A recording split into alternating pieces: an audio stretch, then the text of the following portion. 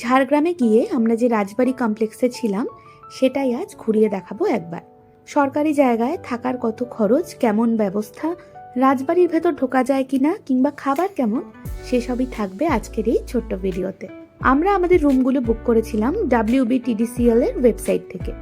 প্রপার্টির নাম ঝাড়গ্রাম রাজবাড়ি tourism project. আমাদের দুটো রুম বুক করা হয়েছিল, একটা মেইন বিল্ডিং এ, সেটার দাম ছিল 3500 টাকা। আর আমরা হঠাৎ যাব ঠিক হওয়ায় রুম পরে বুক করি, তাই আমরা পেয়েছিলাম অ্যানেক্স বিল্ডিং এ। আমাদের রুম ভাড়া ছিল 3100 টাকা, ব্রেকফাস্ট কমপ্লিমেন্টারি। দুটো বিল্ডিংই একদম পাশাপাশি। আর ওই সাদা বড় গেট যেটা দেখালাম সেটাই মূল রাজবাড়ি, সেটার কথা পরে আসছি। রিসেপশনে চেক ইন করার সাথে সাথেই ওরা ওয়েলকাম ড্রিঙ্কস হিসেবে আমাদের দিয়েছিল ওদের বাগানের লেবুর শরবত। তারপর ব্যাগপত্র নিয়ে আমরা চলে গেলাম অ্যানেক্স বিল্ডিং এ। আমাদের ব্লকের নাম ছিল ঝুমুর।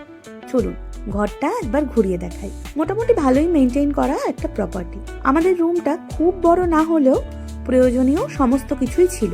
একটা বড় টেবিল, ফ্রিজ, বসার সোফা, একটা বড় সড়ো কাবার্ড, আর অবশ্যই একটা বিছানা। আর ছিল সুন্দর একটা বারান্দা, যার বাইরে তাকালেই দেখা যাবে শুধু গাছপালা আর সবুজের সমারোহ। সঙ্গে আবার একটা ছোট্ট পুকুর। ঘরটাও বেশ পরিষ্কার। বাথরুমটা আবার সেই তুলনায় কিন্তু অনেকটাই বড় এবং পরিচ্ছন্ন। সব মিলিয়ে অবশ্যই ভালো। এবার চলুন খাবার জায়গায় যাই, সেটা মেইন বিল্ডিংয়ে। টুক করেই পৌঁছে যেতাম আমরা। খাওয়া দাওয়া কিন্তু সত্যি ভীষণ ভালো। লাঞ্চ আর ডিনারে আমরা যা যা খেয়েছি, ইন্ডিয়ান হোক বা চাইনিজ, সবই খুব ভালো ছিল।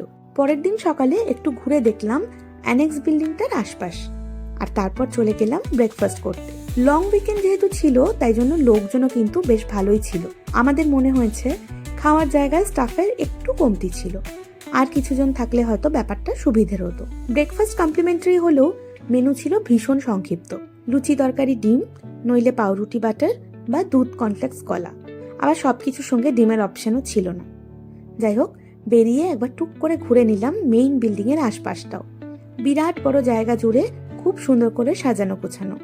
হ্যাঁ, আর যেটা বলছিলাম মূল রাজবাড়ির কথা, সেখানেও থাকার ব্যবস্থা আছে। অনেকটাই দাম, আর সেখানে রুম বুক না করলে রাজবাড়িতে ঢোকা নিষিদ্ধ। সাধারণের জন্য সেই রাজবাড়ির দরজাও খোলা নয়, তাই ভীষণ দেখার ইচ্ছে থাকলেও আমরা ঢুকতে পারিনি। আজ এটুকুই। আশা করি ভিডিওটা দেখে আপনাদের সাহায্য হবে।